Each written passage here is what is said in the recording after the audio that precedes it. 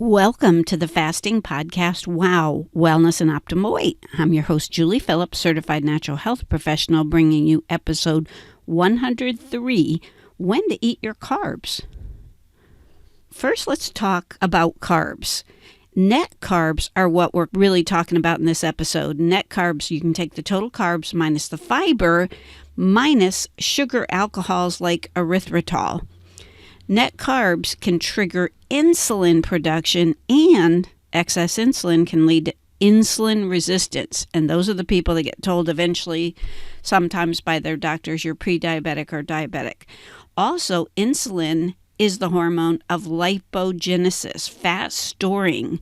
And also, excess insulin can be very inflammatory. So, bottom line on this one, minimize your net carbs.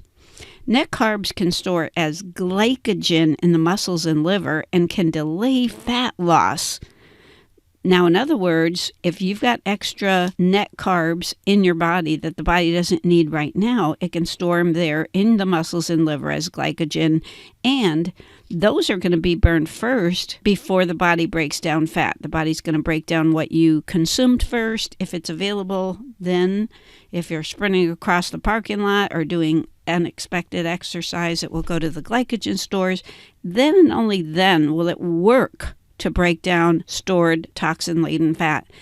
And remember, it can also break down protein if it needs to, so make sure you secure your muscle mass and other vital organs with sufficient usable protein. So bottom line is, if you're anxious to lose fat, minimize net carbs. One should try to eat only natural and organic, which would bring complex carbs from natural fruits and vegetables.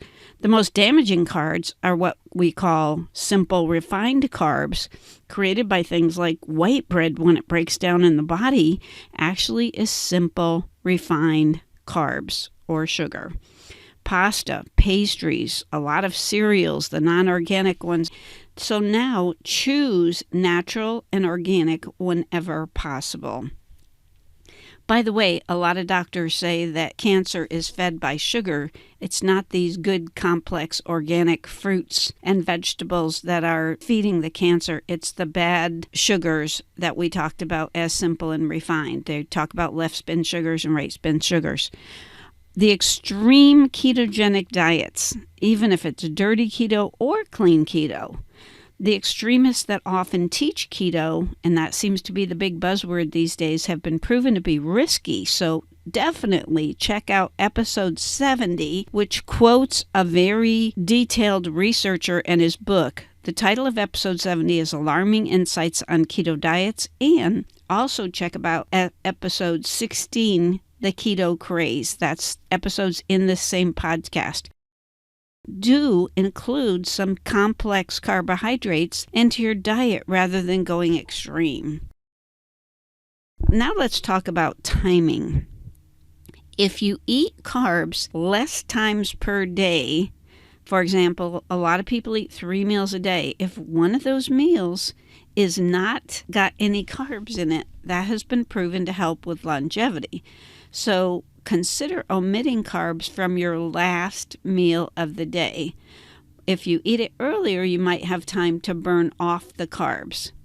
And remember about those glycogen stores. Exercising done right after or soon after eating the carbs may help to deplete or lessen the glycogen stores in the muscles or liver that can delay fat loss.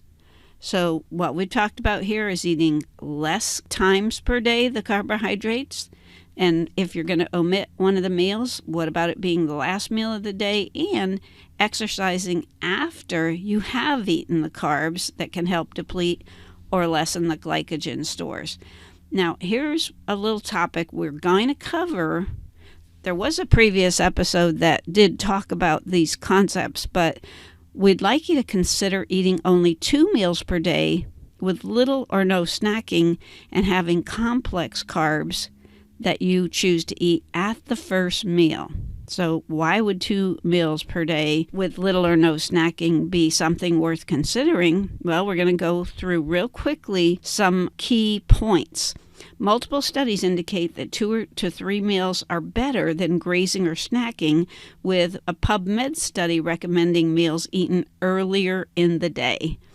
PubMed studies indicate 1 or 2 meals a day better decrease the BMI than 3 meals per day, while 3 meals per day showed an increase in BMI. Study at the Institute for Clinical and Experimental Medicine showed type 2 diabetics eating 2 meals a day lost more pounds and inches than 5 meals a day with the same amount of calories. The leading scientist in there, Dr. Kaliova, believes cutting down to 2 meals per day could help people without diabetes who are trying to lose weight. So it's not just about diabetics. And a hepatology study concluded high meal frequency, not the total amount eaten, increased intrahepatic triglyceride content, IHTG, and abdominal fat. That study suggests that snacking, a common feature in our Western diet, independently contributes to hepatic steatosis, which is fatty liver and obesity. Check out our website, www.jpwowprograms.com, and provide feedback or questions to me, Julie, at jpwowprograms.com.